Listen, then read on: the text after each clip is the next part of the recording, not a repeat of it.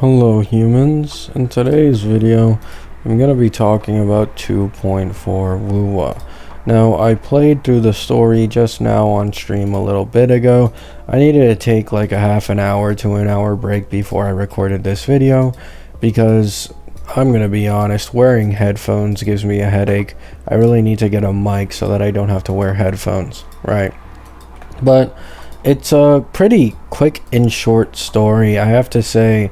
Compared to like HSR, my main game, wow, right? And keep in mind, I wasn't skipping too much. I for sure skipped here and there, but for the most part I did not skip. And so it not even reaching 2 hours was pretty solid, especially considering there were at times where I'd pause. We looked at trailers for Wuwa's first trailer because we were talking about Azure Promelia at one point and how I think Azure Promelia has some decent potential to be a Wuwa competitor, right? All that stuff.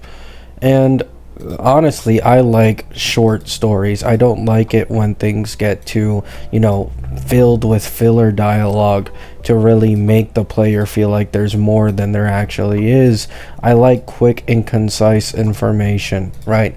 So I have to say big ups to Wuwa on that compared to HSR, at least until HSR adds their speculated skip button in 3.4. A lot shorter, a lot better, a lot more concise. That's what I like to see, right? Now, if you're going to ask me to spell out what the story is actually about, unfortunately, I cannot actually tell you the details since, to be honest, I was way too focused on just looking at Lupa. I'm not saying this as a troll. I kind of forgot what most of the story was about because all I was paying attention to was Lupa, her expressions, the way she moved around, her animations, all that. So I can barely remember the story at all, in all honesty, right? However, I appreciate it being quick and concise. I have to say another thing I like from Wuwa is how they use camera angles and the more expressiveness from the models, even the NPCs, not so much the NPCs, but for sure the characters who are being focused on in that moment. They seem to have way better use of angles and expressions on characters. And so I have to say another big ups to Wuwa. You guys need to keep in mind that this is stuff that has probably already been in Wuwa for a while, but I have been a story skipper my entire life until HSR 3.3, so I thought I'd give Wuwa a fair shot as well, right? Now, if we're talking about actual story meat and potatoes, I don't think this was exactly anything that crazy. This was 100% just like a setup for the rest of the Septimont patches. Kind of the same thing as Hoyo did with HSR, except much worse because of how long each HSR patch is. But like the beginning of Amphorius was just a shit ton of setup, and Amphorius 3.0 was quite boring to, understate it. It was incredibly boring, filled with filler, and Wuwa felt the same way, but because it was, portrayed in a more concise manner with better camera angles, better storytelling, more expression, all that, right? Because of all of that combined, it doesn't feel anywhere near as bad as the first patch of Amphorius felt for me, right? So yeah, that's my thoughts on the 2.4 story for Wuwa. It's a solid ground to work off of for the future patches coming in Septimon. However, it wasn't anything special, and I realized some things that I appreciate in Wuwa more that I would like to see in Hoyo's games. Now, will Hoyo actually listen? Probably not, but I'm a story skipper in the first place, so does it really affect me? Not so much, right? I actually am more excited about them adding the skip button in 3.4 than I am about actually playing their story. If I want to hear about the story in quick and concise manner, I'll simply watch a lore YouTuber instead of consuming it through these video games, right? Now, let's talk about Cardi a little bit, right? Cardi, I've seen a lot of streamers play around with her. Cardi does seem to be the strongest in the game now. We literally did just get Zanny, who became the strongest, and now we have Cardi. But it's not that bad, right? Like, Cardi is stronger than Zanny, sure. And she's also way, I have to say, Cardi is way easier to play than Zanny for most casual players in this game. And that's probably going to allow them to feel the difference between Zanny and Kartethia a lot more, right? But Cardi also has a decent ceiling to her as well, some good potential. Arrow Rover doesn't even have max refinements on his weapon, so that's also going to be a future power jump for Kartethia, even over her current strength, which is impressive, right? And I just kind of want to add this into the video. I hope that the future Septimont characters are balanced around Kartethia's power level and don't go above it, right? Now, this main, topic of the video is the story, but I just wanted to add this in here because I don't think something as small as this deserves its own video. It's more of just some opinion I have, right?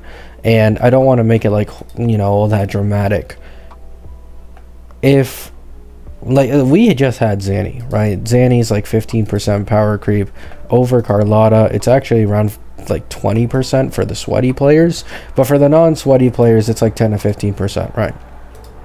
And now Cardi is also stronger than Zanny, and we have an underdeveloped Cardi team with Arrow Rover not having max refinements on his weapon. Once he does get max refinements, it'll be like 15% probably better than Zanny. And so now there's this thing where, like, within 2 patches, Carlotta went from the strongest DPS to around 40% weaker than Kartethia best in slot team once Arrow Rover gets max refinements, which is questionable, right? Within 2 patches, strongest DPS to 40% weaker than Kartethia. So I think it's okay so long as they don't continue making every new DPS release stronger like they have with Zanny Cart. I truly do like to think that this is simply an exception, not the rule, right? And so we'll see.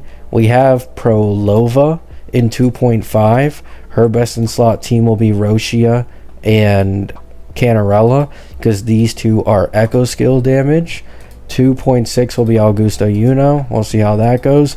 2.7, in my opinion, I do think Galbrena will replace Chang Li as the main DPS in the Mono Fusion team, leading to that team becoming a lot better for how much cost you're putting in.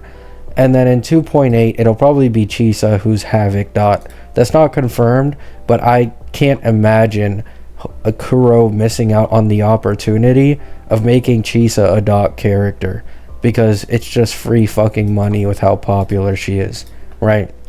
So just wanted to quickly add that in there. We went through the TOA HP inflation on stream a little bit ago. It really isn't anything to like gawk at.